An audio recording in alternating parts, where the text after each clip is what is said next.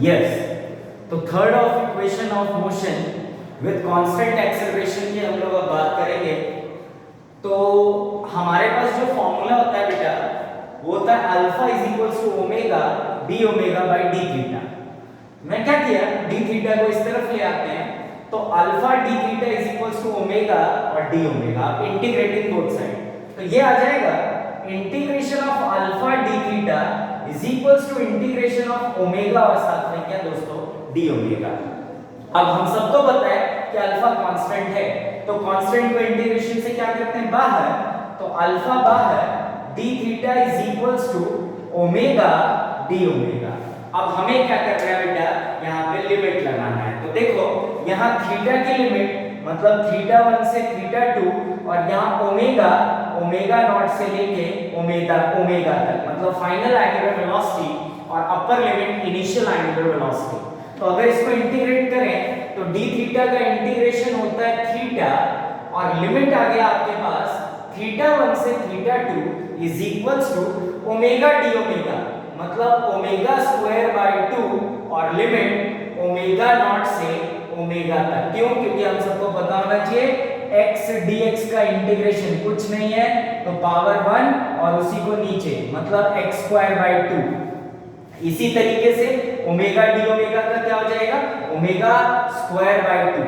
तो अब लिमिट डालें तो अपर लिमिट मतलब थीटा 2 माइनस थीटा 1 हाफ को बाहर कर दिया तो ओमेगा स्क्वायर बचा ओमेगा नॉट से ओमेगा तक, तो upper limit minus lower limit. तो ये बना alpha d theta is equals to half और upper limit minus lower limit. तो ये हमें मिल जाएगा अल्फा डेल्टा थीटा और 2 is equals to omega square minus omega not square. तो यहां से omega square is equals to omega not square plus 2 alpha delta theta.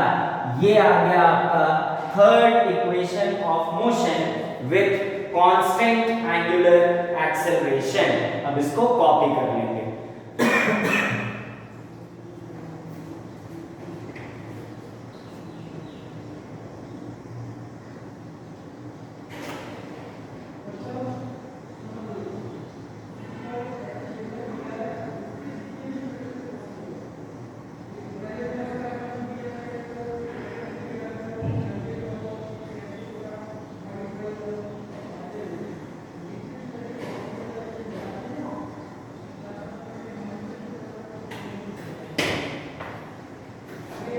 चलो इसके बाद बेटा एक और इक्वेशन ऑफ मोशन है जिसका हम लोग यूज करते हैं, वो बेसिकली क्या है इन्हीं फॉर्मूले से बना हुआ है, तो इसलिए उसको इक्वेशन ऑफ मोशन में काउंट नहीं करते पर न्यूमेरिकल में उनका इस्तेमाल होता है। ये एक फॉर्मूला और है, देख लेते हैं उस फॉर्मूले को भी।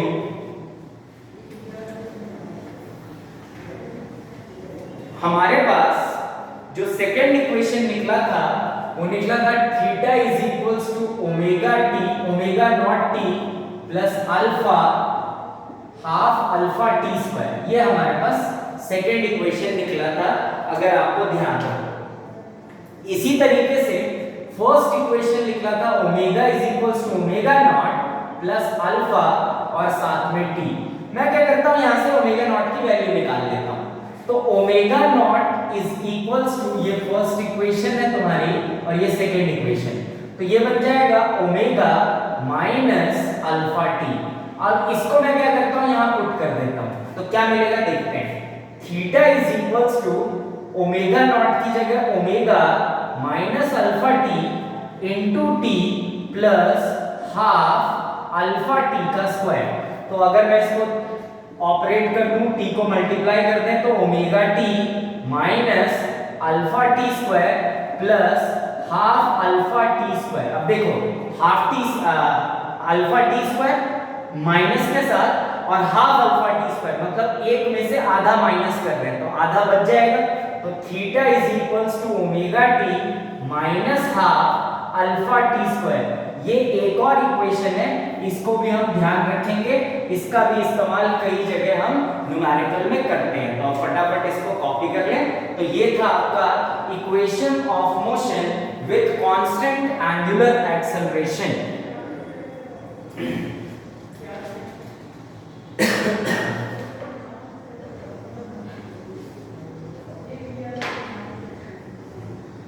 तो ये चौथा हो गया, फोर्थ इक्वेशन।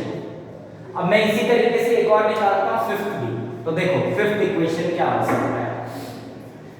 एक इक्वेशन तो हमारे पास ये हो गई, theta is equals to, fifth equation अब हम निकालते हैं। फिफ्थ इक्वेशन अब हम निकालेंगे, theta is equals to omega t plus half alpha t square, omega not t plus half alpha t square. अभी अभी जो इक्वेशन निकाला वो है theta is equals to omega not t minus half alpha t square, अगर आपको याद हो तो। अब मैं क्या करता हूं, इन दोनों इक्वेशन को ऐड कर देता हूं। ऐड इक्वेशन 1 एंड 2, ये हो गया फर्स्ट इक्वेशन और ये हो गया आपका सेकंड इक्वेशन। तो थीटा प्लस थीटा 2 थीटा मतलब 2 थीटा इज इक्वल्स टू, देखो ऐड करोगे तो उधर वाली दोनों टर्म्स तो क्या हो जाएंगे बेटा, कैंसिल हो जाएंगी। ये वाली टर्म तो क्या हो जाएगी, कैंसिल, और इधर क्या बचेगा, ओमेगा नॉट टी, और साथ में देखो t प्लस टी, दो चीजें हैं यहाँ पे हमारे पास। ओ सॉरी, यहाँ पे ओमेगा आया था, ओमेगा। तो ये आया तुम्हारे पास ओमेगा, एक तो ओमेगा नॉट है और एक ओमेगा है। तो ऐड कर रहे हैं तो क्या लिखोगे, omega plus omega naught into t. तो यहां से 2 theta is equals to omega plus omega naught into t आ गया। अब यहां से अगर मैं थीटा की वैल्यू निकालना चाहता हूं तो थीटा इज इक्वल्स टू क्या आ जाएगा, omega plus omega naught into T divided by 2। ये आ गई आपके पास एक अगली इक्वेशन। थीटा मतलब एंगुलर डिस्प्लेसमेंट, ओमेगा मतलब final angular velocity, omega naught मतलब इनिशियल एंगुलर वेलोसिटी, टी मतलब टाइम। तो ये एक और इक्वेशन है हमारे पास जिसका हम लोग इस्तेमाल कर सकते हैं। ठीक है, अब एक और इक्वेशन देख लो। एवरेज एंगुलर वेलोसिटी जो था वो थीटा बाय टी था, अगर आपको याद हो तो। मतलब delta theta by delta T था, कोई बात नहीं, थीटा भी कंसीडर कर सकते हो, मैं यहाँ थीटा लिख देता हूँ। तो average angular velocity is equals to, theta की जगह आ गया omega plus omega not divided by 2 into t, और एक टी पहले से, तो टी और टी कैंसिल हो गया।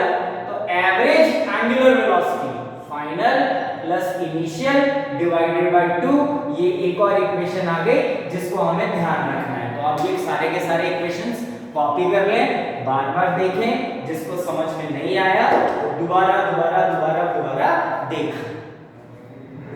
चलो, तो नेक्स्ट हेडिंग डालेंगे radial and tangential, radial and tangential unit vector,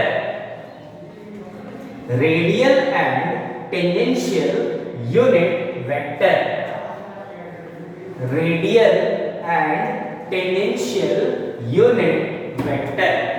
देखो क्या होता है रेडियल और क्या होता है टेंजेंशियल। तो यूनिट वेक्टर के बारे में मैं ऑलरेडी बता चुका हूं बेटा।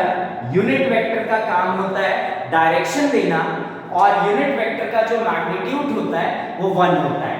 मैं पहले से पढ़ा चुका हूं तुमको कि 3 यूनिट वेक्टर्स होते हैं। एक होता है एक्स एक्सिस के अलोंग आई कैप, y एक्सिस के अलोंग होता है j कैप, और z एक्सिस के अलोंग होता है k कैप। और इन सब यूनिट वेक्टर्स का जो मैग्नीट्यूड होता है वो 1 होता है। मतलब i कैप का मैग्नीट्यूड भी 1 होता है, j कैप का मैग्नीट्यूड भी 1 होता है, और k कैप का मैग्नीट्यूड भी 1 होता है। मतलब जितने भी यूनिट वेक्टर्स हैं, इन सभी यूनिट वेक्टर्स का मैग्नीट्यूड कितना होता है, 1 होता है। अब हमें सर्कुलर मोशन में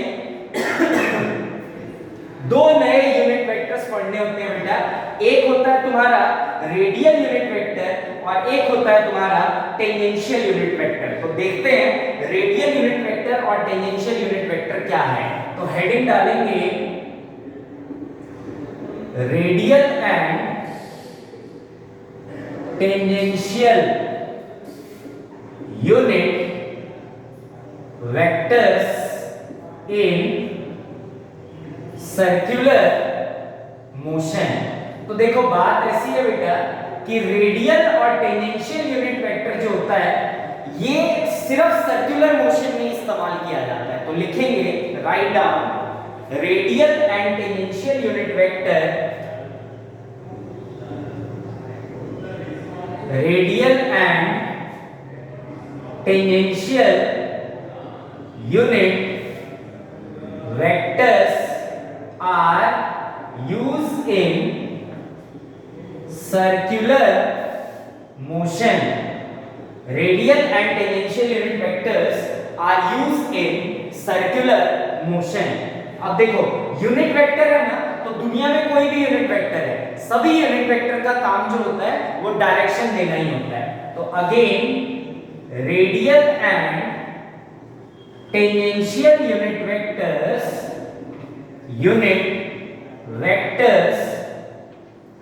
gives the direction of particle, in circular motion। जब कोई पार्टिकल सर्कुलर मोशन करता है बेटा, तो रेडियल और टेंजेंशियल यूनिट वेक्टर से हम उसका डायरेक्शन देते हैं। अब यूनिट वेक्टर है तो यूनिट वेक्टर का तो मैग्नीट्यूड कितना होना चाहिए, 1, चाहे कोई भी यूनिट वेक्टर है, यूनिट का मतलब ही 1 होता है। तो the magnitude of radial and tangential unit vector is equal to 1। जो रेडियल और टेंजेंशियल यूनिट वेक्टर होता है उसका जो मैग्नीट्यूड होता है वो 1 होता है। अब देखो जो रेडियल यूनिट वेक्टर होता है, रेडियल यूनिट वेक्टर, इसको लिखा जाता है r कैप से, और जो टेंजेंशियल यूनिट वेक्टर होगा, टेंजेंशियल यूनिट वेक्टर, इसको लिखा जाता है t कैप से, और इनका मैग्नीट्यूड 1, मतलब r कैप का भी मैग्नीट्यूड 1 और t कैप का भी मैग्नीट्यूड 1। हम सबको पता है जब किसी वेक्टर का मैग्नीट्यूड लिखा जाता है तो इस तरीके से हम मॉड लगाते हैं। तो mod of r cap is 1 and mod of t cap is again equals to कितना बेटा, 1। तो अब देखते हैं रेडियल और टेंजेंशियल यूनिट वेक्टर का क्या एसोसिएशन है। तो सबसे पहले हम बात करेंगे रेडियल यूनिट वेक्टर की। तो अब इंडिविजुअल हेडिंग डालेंगे, radial unit vector, heading radial unit vector, radial unit vector. तो देखो रेडियल यूनिट वेक्टर क्या होता है और टेंजेंशियल यूनिट वेक्टर क्या होता है। रेडियल यूनिट वेक्टर, मान लो एक पार्टिकल है, हमारी जो बातचीत चल रही है वो चल रही है रेडियल यूनिट वेक्टर पे, जिसको लिखा जाएगा r कैप से, ठीक है। तो देखो मान लो एक पार्टिकल है, वो एक सर्कुलर ट्रैक पे चल रहा है, ये हो गया आपका x एक्सिस और y एक्सिस, ठीक है। This is your x axis and this is your y axis, ठीक है। मान लो एक पार्टिकल है, ये हो गया आपका ओरिजिन, और लेट सपोज इस सर्कुलर ट्रैक का जो रेडियस है वो कितना है दोस्तों, r है। मान लो एक पार्टिकल यहां से a पॉइंट से चला और ये सर्कल के सरकमफ्रेंस पे चलेगा, यहां पहुंच गया, लेट सपोज ये पॉइंट P है। तो जब ये पार्टिकल यहां से यहां पहुंचा, तो अगर मैंने आपको बताया था कि ये वाली जो लाइन होती है इसको हम कहते हैं reference line, this is your reference line. तो let suppose the particle is moving from point A to point B, और पार्टिकल ने मान लो कुछ एंगल बनाया, लेट दिस एंगल इज कितना बेटा, थीटा, ठीक है। तो पार्टिकल का रेडियस कितना है, r, ये हो गया तुम्हारा r, ठीक है। जो सर्कुलर ट्रैक है जिस पे पार्टिकल चल रहा है, a से b तक गया और उसने थीटा एंगल बनाया, ये एंगल हम सबको पता है क्या कहलाता है, एंगुलर डिस्प्लेसमेंट डिस्प्लेसमेंट ये बता चुका हूं ऑलरेडी, ठीक है। तो देखो ऐसा यूनिट वेक्टर जो रेडियस से बाहर की तरफ होता है, रेडियली आउटवर्ड, रेडियली आउटवर्ड। देखो ये है तुम्हारी रेडियस वाली लाइन, इसी रेडियस वाली लाइन पे जो यूनिट वेक्टर लाई करता है बेटा बाहर की तरफ, रेडियली आउटवर्ड, उसी को हम कहते हैं radial unit vector. Radially outward, radius वाली लाइन पे जो यूनिट वेक्टर रेडियली आउटवर्ड लाई करता है उसको कहते हैं हम रेडियल यूनिट वेक्टर। तो हम लिखेंगे the unit vector which lies radially outward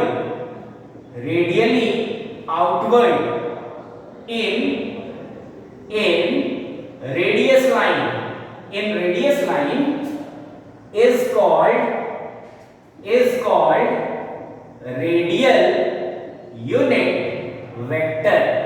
वो यूनिट वेक्टर जो रेडियली आउटवर्ड लाइन करता है रेडियस वाली लाइन पे, इस लाइन को कहा जाता है रेडियल यूनिट वेक्टर।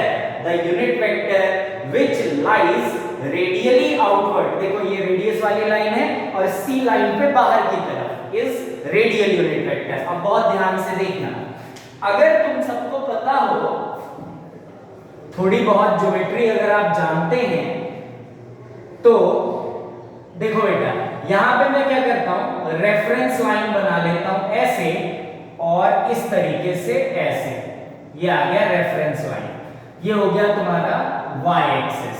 अब अगर ये एंगल थीटा है, ये वाला एंगल थीटा है, तो यही लाइन तो आगे एक्सटेंड कर रहे हैं, मतलब इसी लाइन पे रेडियल यूनिट वेक्टर है। This is your radial unit vector. तो अगर ये थीटा है तो ये एंगल भी कितना हो जाएगा, थीटा हो जाएगा। अब हम सब जानते हैं रेडियल यूनिट वेक्टर का जो मैग्नीट्यूड होता है वो कितना होता है, 1। अब ध्यान से समझना, ये है तुम्हारा x एक्सिस और ये है तुम्हारा y एक्सिस, क्योंकि x के पैरेलल ये लाइन है और y के पैरेलल ये लाइन है। तो this is your x axis and this is your y axis. अब मैं आपको ऑलरेडी बता चुका हूं बेटा कि कभी भी अगर कोई भी वेक्टर एंगल बनाता है तो हमें उस वेक्टर के क्या ब्रेक करने होते हैं, कंपोनेंट्स ब्रेक करने होते हैं। और किसी भी वेक्टर के दो कंपोनेंट्स होते हैं, एक होता है cos और दूसरा होता है sin along with magnitude। तो देखो जिस लाइन से एंगल बनता है वहां जो कंपोनेंट होता है वेक्टर का वो होता है cos थीटा और मैग्नीट्यूड के साथ, तो r कैप का मैग्नीट्यूड cos थीटा और इस तरफ आ गया r कैप का मैग्नीट्यूड sin थीटा। अब हम सब जानते हैं r कैप का मैग्नीट्यूड कितना होता है, 1। तो एक्चुअल में इस तरफ क्या आ गया, cos थीटा, और एक्चुअल में इस तरफ क्या आ गया, sin थीटा, क्योंकि r कैप का मैग्नीट्यूड 1 होता है और इस तरफ भी 1 ही होगा। अब देखो x एक्सिस के अलोंग जो यूनिट वेक्टर होता है वो होता है i कैप और y एक्सिस के अलोंग जो यूनिट वेक्टर होता है वो होता है j कैप। तो अब देखना r कैप को हम क्या लिख सकते हैं बेटा, r cap will be write as cos theta और x एक्सिस के अलोंग है तो इसको लिखा जाता है cos theta i cap plus y axis के अलोंग sin है तो sin थीटा और साथ में j कैप। तो एक्चुअल में जो रेडियल यूनिट वेक्टर होता है उसका मतलब क्या होता है दोस्तों, cos theta i cap plus sin theta j cap. और याद रखेंगे रेडियल यूनिट वेक्टर और टेंजेंशियल यूनिट वेक्टर जो है इसका इस्तेमाल सर्कुलर मोशन में डायरेक्शन के लिए किया जाता है।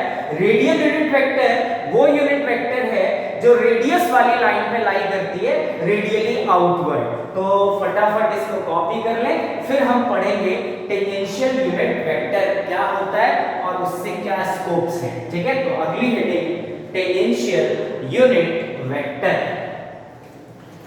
Next heading write down tangential unit vector. तो देखो नाम से पता लग रहा है कुछ टेंजेंट के बारे में बातचीत होगी।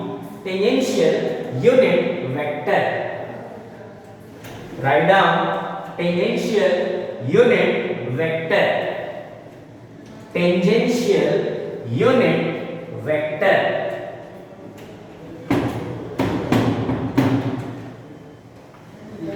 Tangential unit vector. Tangential unit vector. तो देखते हैं टेंजेंशियल यूनिट वेक्टर, जिसको अपन किससे लिखते हैं, टी कैप से। तो मान लो एक पार्टिकल है जो किसी सर्कुलर ट्रैक पे चल रहा है,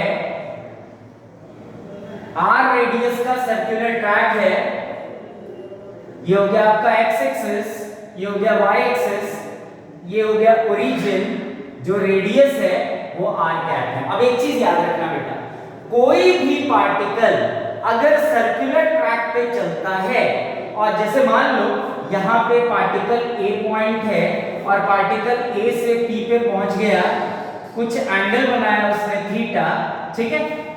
याद रखना एक चीज, कभी भी कोई पार्टिकल अगर सर्कुलर ट्रैक पे चलता है और उस पार्टिकल का तुमको मोशन का डायरेक्शन डिफाइन करना है, तो always remember the direction of motion of particle in circular track is presented by tangent. लिखो इसको, राइट डाउन, लिखेंगे the direction of motion, the direction of motion of particle, the direction of motion, the direction of motion, the direction of motion of, the direction of motion of particle in circular motion, the direction of motion of particle in circular motion, in circular motion is presented by drawing, is presented by drawing tangent, drawing tangent। तो देखो, अगर मान लो ये radius है, हम सब जानते हैं ये रेडियस है, ठीक है, r। अब मैं क्या करता हूं, पार्टिकल जिस पी पॉइंट पे पहुंचा है उसको रेफरेंस लेके एक टेंजेंट ड्रॉ कर लेता हूं, दिस इज योर टेंजेंट। अब टेंजेंट पे जो यूनिट वेक्टर लाई करता है, उसी यूनिट वेक्टर को हम कहते हैं tangential unit vector. The unit vector which lies along the tangent is called tangential unit vector। The unit vector which lies along the tangent is called tangential unit vector। वो unit vector जो tangent के along लाई करता है बेटा, उस unit vector को हम tangential unit vector कहते हैं, ठीक है। अब अगर हम देखें ध्यान से, ये हो गया आपका x एक्सिस और ये हो गया y एक्सिस। तो देखो ये एंगल थीटा है, तो अब ये वाला एंगल कितना होना चाहिए, थीटा होना चाहिए।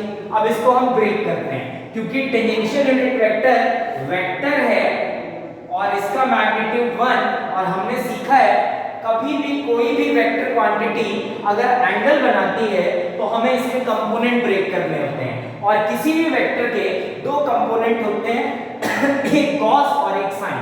मतलब इस तरफ जो यूनिट वेक्टर आएगा वो आएगा t कैप मैग्नीट्यूड के साथ cos थीटा, और इस तरफ आएगा t कैप मैग्नीट्यूड के साथ sin थीटा।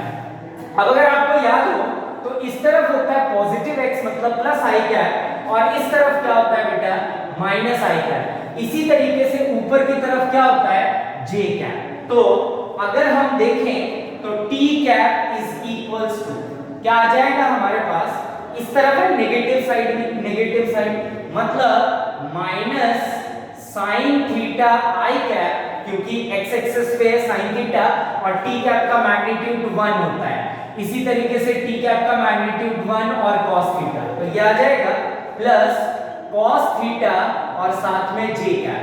तो जो टेंजेंशियल यूनिट वेक्टर का वैल्यू आएगा वो आएगा minus sine theta i cap plus cos theta j cap. तो अब इस इक्वेशन से तुम ध्यान रखना कि हमेशा x एक्सिस के अलोंग cos थीटा नहीं आता है, x एक्सिस के अलॉन्ग कई बार क्या होता है बेटा, sin थीटा भी आता है।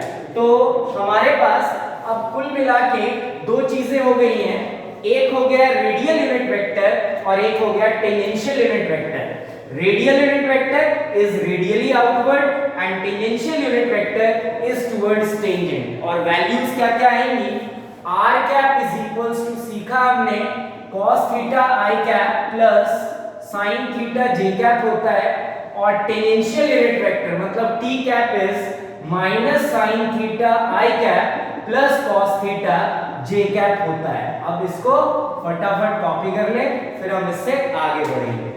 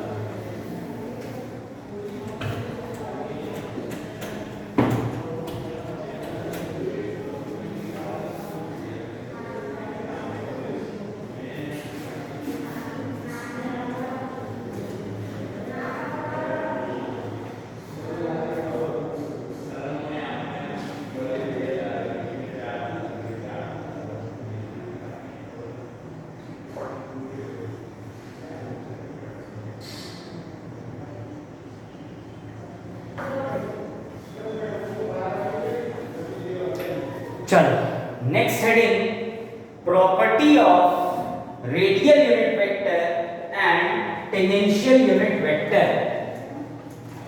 Properties of radial unit vector and tangential unit vector. Properties of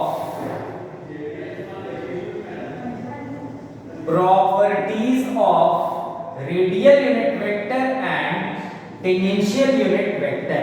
ठीक है, तो देखते हैं प्रॉपर्टीज, क्या क्या प्रॉपर्टीज होती हैं। First, r cap is equals to cos theta i cap plus sin theta j cap होता है। अब मैं इसको क्या करता हूं, डिफरेंशिएट करता हूं with respect to theta. Differentiate r cap with respect to d theta, तो देखते हैं क्या आएगा।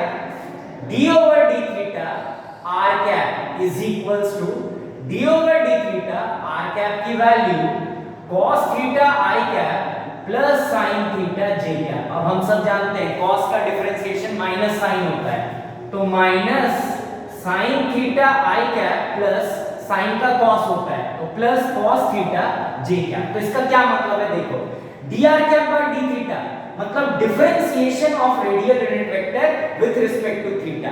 ये किसकी वैल्यू मिली बेटा, टेंजेंशियल यूनिट वेक्टर की। तो हम इस चीज को लिखेंगे, if we differentiate radial unit vector with respect to d theta we will get क्या बेटा, tangential unit vector, will get tangential unit vector. मतलब अगर रेडियल यूनिट वेक्टर को थीटा के d थीटा के रिस्पेक्ट में डिफरेंशिएट कर दें तो हमें मिलता है टेंजेंशियल यूनिट वेक्टर।